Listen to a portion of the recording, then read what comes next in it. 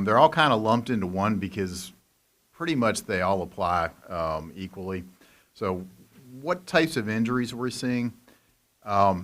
These are all pretty horrific looking, and we've seen over the years some pretty significant injuries and accidents involving the different types of vehicles ejected from, and I'll tell you a few tales as we go through, but we have seen some ejections where people were thrown from the golf cart, rollover accidents, struck by, and it's typically involving another vehicle, and arm and leg injuries. And so with the management practices, when you have or when you're selecting a golf cart, we do recommend that you buy one that meets your needs. And what do I mean by that? Well, if you're driving a golf cart off-road, if you're using a golf cart in terrain that would be better suited for a gator, and when you talk about UTVs and ATVs, a lot of people think about, their gators and side-by-sides and those sorts of things. Make sure you buy one that matches the terrain. Make sure that you train the employees, which is part of what we're doing today, to make sure that they understand the safety rules, but then it is recommended that you do some hands-on to make sure they do know how to operate it. Do enforce your safe driving rules. Take appropriate action when they violate the rules. And a lot of times we see where people get the training, they go out, and then it's just kind of forgotten, just similar to if you're driving a vehicle. So do take it seriously. And a lot of people think with golf carts and ATVs and so forth, what could possibly go wrong? And kind of like the Farmers Insurance commercial, if you've seen it, we've insured it. There's all kinds of pretty significant injuries, again, that we've seen. Look at safe travel paths. When I do this training down in Virginia Beach, it's an entirely different training because they're flat as a pancake. Up here, you do have terrain. And so, look at how can we get from point A to point B without actually having to interact with the residents as little as possible, traffic and so forth. So look at your travel paths, and a lot of the communities have set up designated places where they will drive or will not drive their different vehicles. Utilize the safety features. One of the things that I hear about often is speed. And how do we enforce the speed limit? And a lot of communities have set the speed limit for the different ATVs and golf carts at like 15 miles an hour. Most of them can be governed down, especially the golf carts. So you can actually have maintenance turn them down and then make sure that maintenance doesn't turn their own back up. But anyway, so, set the governors, set your max speed.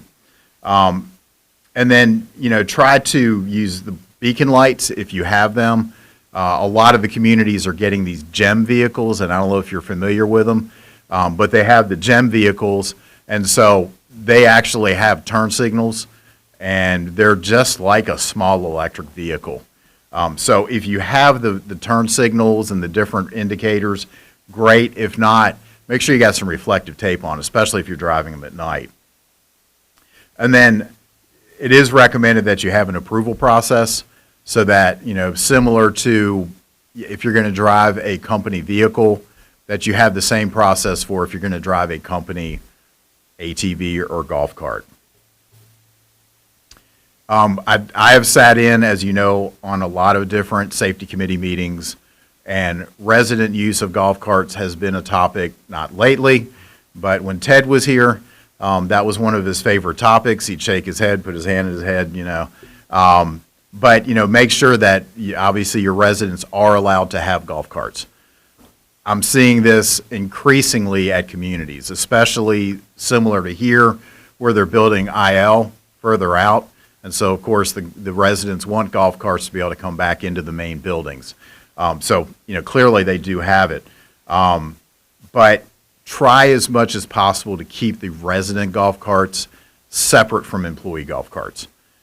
Reason being is the more intermingling you have with the traffic, they tend to be less controlled than the employees. So try to keep them separate as much as possible. Look at your approval process. Do you actually have an approval process? One of the issues I see with a lot of communities is that the residents can bring them, but they don't have any check off to make sure they're capable of driving them and that, that they're driving them safely. So, kind of think about that and, what's your process and I know this is a sore subject, but if a resident is not driving the golf cart safely, do you have a process to address that? The story that I always think of when I think about resident driving, and many of you are familiar with the villages down in Florida, and they had so many issues with residents driving their golf carts drunk that they had to put a process in, and they actually started banning residents or suspending their driver's license for driving on campus because they had such an issue with unsafe driving and drunk driving within the resident community. With inspections and maintenance, you really should treat them similar to your own company vehicles. And so, establish that maintenance schedule and a daily inspection checklist. In a lot of communities, I don't see where they're really doing the inspections like they should. You've got a lot of different people driving it, and so nobody's really looking at it. And so you want to make sure that you have some sort of maintenance and inspection checklist. Try to inspect them at least each day. And it seems redundant, but again, if nobody's doing it, then you're going to start finding tire troubles, brake issues, and all that sorts of things. So do check the tires for inflation, cuts, punctures, and make sure that the steering wheel works. And the steering works properly because it will get loose over time. Check the forward and reverse, make sure the brakes are working, and that everything is functioning like it should. If it's not, what's your procedure for taking it out of service? Because they are pretty critical to, efficient operation of the department. And so, do you have a backup? Do you have a place you can rent one if you need to take it out of service?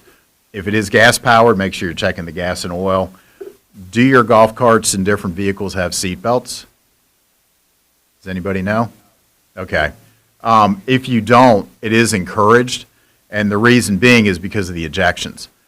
We had an injury last summer at a summer camp down in North Carolina, and it was a young lady's first day on the job, and actually within the first 2 hours of her being on the job, the driver was a young 17-year-old male. We presume was showing off for the young 16-year-old new employee, and she had never ridden in a golf cart before. And so as he's driving down the road, max speed, of course, he tried to whip around a corner. She didn't expect what was going to happen and wasn't holding on and got ejected and actually had a head injury, serious concussion and head injury. Took her several months to recover. This is a 16-year-old employee in her first day. So you can get retrofit kits for the golf carts and ATVs. So we do encourage you, if you can, to put seat belts on if you don't have them. And then make sure you're familiar with the preventive maintenance schedule from the manufacturer. A lot of the communities have battery-powered golf carts, so that means some battery maintenance and making sure the chargers are working properly. With vehicle operation, my apologies, this is kind of wordy, but make sure they're seated before you start moving. Some of the communities, you'll see people just kind of jump in, they take off before they're fully seated. So make sure that they are seated. If you do get seat belts on there, that they are buckled in. Ensure that it's at a complete stop before you jump out, before you get out. Again, we do see where it's like, hey, it's a golf cart, right? Go to YouTube, you'll see a million videos out there of people doing really stupid stuff with golf carts. We see the same thing with our insured. So make sure that they are completely stopped before you get out. Why do you think we ask that you keep arms and legs in? We have seen injuries where people are, they're kind of dangling their leg out, on the side, or they got an arm hanging out. And if you get close to something, the worst can happen. And we have had some really, really serious arm and leg injuries where they get close to the post, get close to something, closer than they thought, and if your arm is hanging out, it can be really bad. Think about when you're driving a golf cart, have that defensive driver attitude, just like if you're driving a car. You're going to be driving around residents who may or may not hear you. You're going to be driving around other vehicles potentially, other golf carts, bikes, and all that sort of things. We see the same thing with our insured. So make sure that they are completely stopped before you get out. Again, we have had some really, really serious arm and leg injuries where they get close to something, they get close to something, closer than they thought, and if your arm is hanging out, it can be really bad. Think about when you're driving a golf cart, have that defensive driver attitude, just like if you're driving a car. You're going to be driving around residents who may or may not hear you. You're going to be driving around other vehicles potentially, So you need to anticipate what they're going to do, because if you're driving a battery-powered car, a golf cart or, vehicle, they may not hear you. And so they may do things that you're not expecting. So you really need to stay on your toes and drive defensively. Think in terms of right-of-way. With pedestrians and other motor vehicles and bicycles and those sorts of things, we recommend that you just have a policy that they always get right-of-way. And that prevents you from trying to decide who goes first. So think about in terms of, who's got the right-of-way and yield to them. Let them go.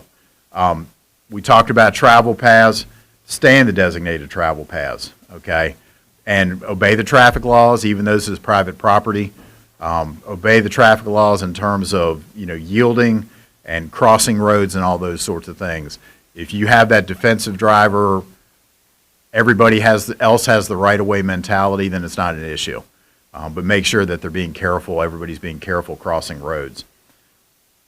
When you have adverse conditions, golf carts tend to not do as well as a vehicle in terms of traction and braking and all those sorts of things. So they will impact your ability to stop, turn, and so, make sure that you're operating the appropriate vehicle for the conditions. If it is snowed, which hopefully we will not see for at least another 10 months or more, the golf carts don't do particularly well in snow. So if you got ATVs, UTVs, GEMs, those sorts of things, they tend to do better, but be aware of the conditions. And again, don't assume anybody can hear you or see you approaching.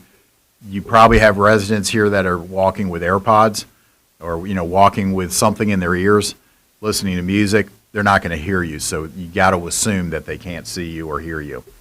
And then if you don't have turn signals, it's recommended you use hand signals. Does it feel goofy? Probably.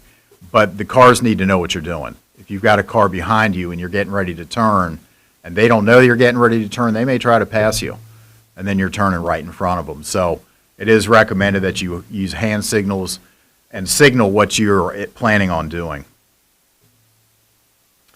When you have blind corners, which you do, if you're moving around doorways or pedestrians, use a lot of caution because, again, they're not going to hear you coming necessarily. So, be very cautious and concerned that there may be a resident and think, there may be a resident coming through the doorway or around the corner. Don't operate the golf cart in steep terrain, especially across a slope. It's recommended if you've got to drive that you drive straight up versus drive on the slope.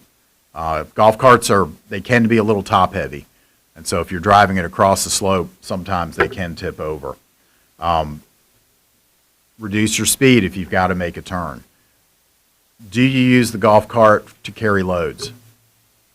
Any kind of heavy loads? Okay. They will get very top heavy.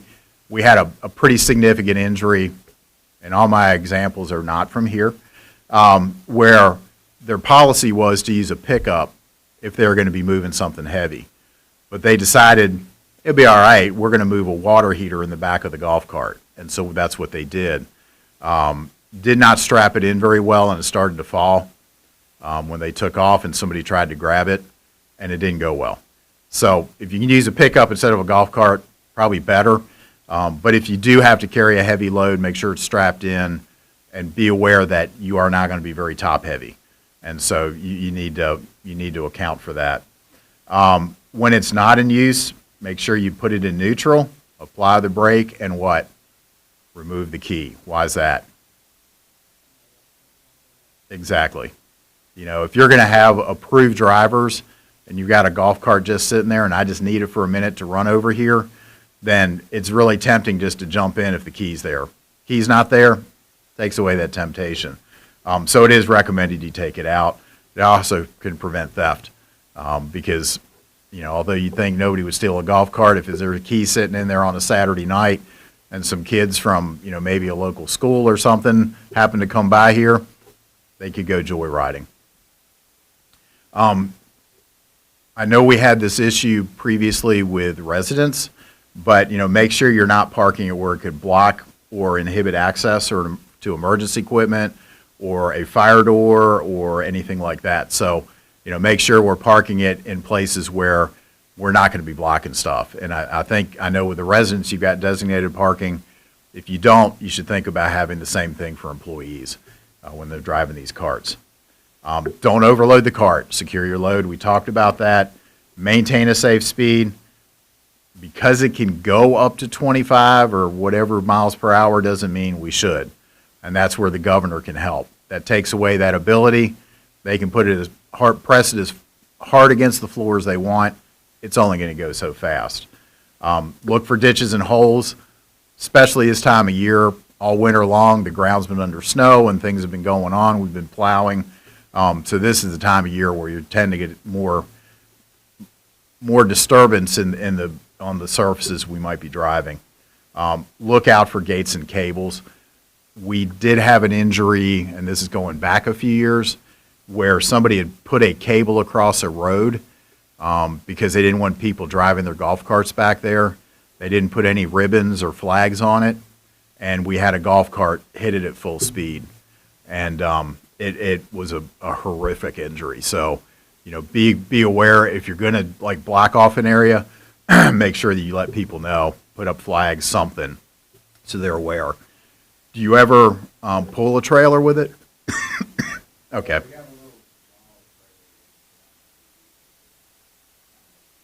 Okay. Obviously, if you put a trailer on it, don't ride in it. I mean, and some of this stuff you think, this is really dumb, nobody's going to do that. That bullet's in there because what? Somebody did that. Yeah, so, don't ride in it. If it's a design for two people, put two people on it. You can see the picture down there. That's a real picture, okay? You see people, I play golf. I see it on the golf course all the time where people are hanging off of it. You got 5 people on the cart. Looks like a clown car. So, just make sure that you have the proper passenger capacity for the people you have there. And don't operate it similar to a vehicle wearing earbuds, earmuffs, anything like that, because you need to be aware of what's surrounding you. Be aware of curbs. We just had an injury at one of the Virginia senior care communities where an employee was driving the cart. They hit the curb, flipped the cart landed on them, and they needed fire EMS to extract them, to get the cart off of them. And it was a pretty significant injury just from hitting a curb. So it kind of gives you an idea of how top heavy they can be. So now that I've scared you to death, they are pretty safe if you're safe with them. But be aware of that. And similar again to a car, don't drive distracted. I'm in communities all the time, and I see maintenance, grounds crew, whatever, driving along just like they're driving their car with the cell phone in hand, kind of halfway paying attention and texting. So similar to your company vehicle policy, no phone, no texting, and all that sort of things. So, any questions? It's a very quick training, but a lot of information. But the wrap up is drive it like a car, but more carefully. Cars tend to be a lot more stable. They give you better traction. They can handle the weather better. Golf carts can't. So you got to just be aware that it doesn't go very fast, but we do see a lot of injuries from them. Do you have any questions? Yes.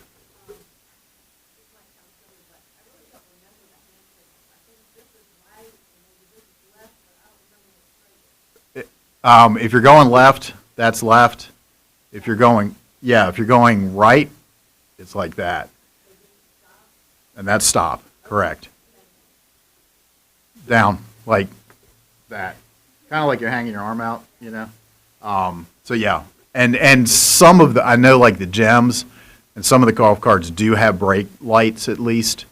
But if you don't, again, use those hand signals, because we have seen where there have been injuries where residents are trying to pass the golf cart because they're going a lot faster, and the golf cart intends to turn, and we end up having an accident. The problem that we see, the biggest problem with golf carts that we see, is that if there is an accident, the injuries tend to be a lot worse because people aren't buckled in, so they tend to get ejected. You don't have a lot around you, Again, in one of the Virginia senior care communities, we just had an injury. It's kind of funny, but it's kind of not. The CEO was retiring, and so they were doing interviews for the new CEO. And so the present CEO was taking a candidate around and showing them the community. And in the process of showing the community, a resident rear-ended the golf cart and ejected both of them. They both ended up in the hospital. You know, and that leaves an impression, doesn't it?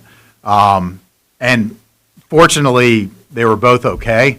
And the person that was involved in the accident is now their CEO. So I guess it didn't dissuade them. But, you know, that's a terrible impression, but it also, they were hurt pretty badly. One of them was ejected and thrown over the guardrail, and then the other was ejected into the road. So, and the CEO that was retiring, he had some really serious injuries, and he was out for a couple months with a head injury and some other, you know, broken bones and stuff. So when there's an accident, it tends to be pretty significant, especially involving another vehicle. So, you know, a lot of people, when I do this training, they kind of grin like, you know, you see the pictures of people going through the air and all that other stuff.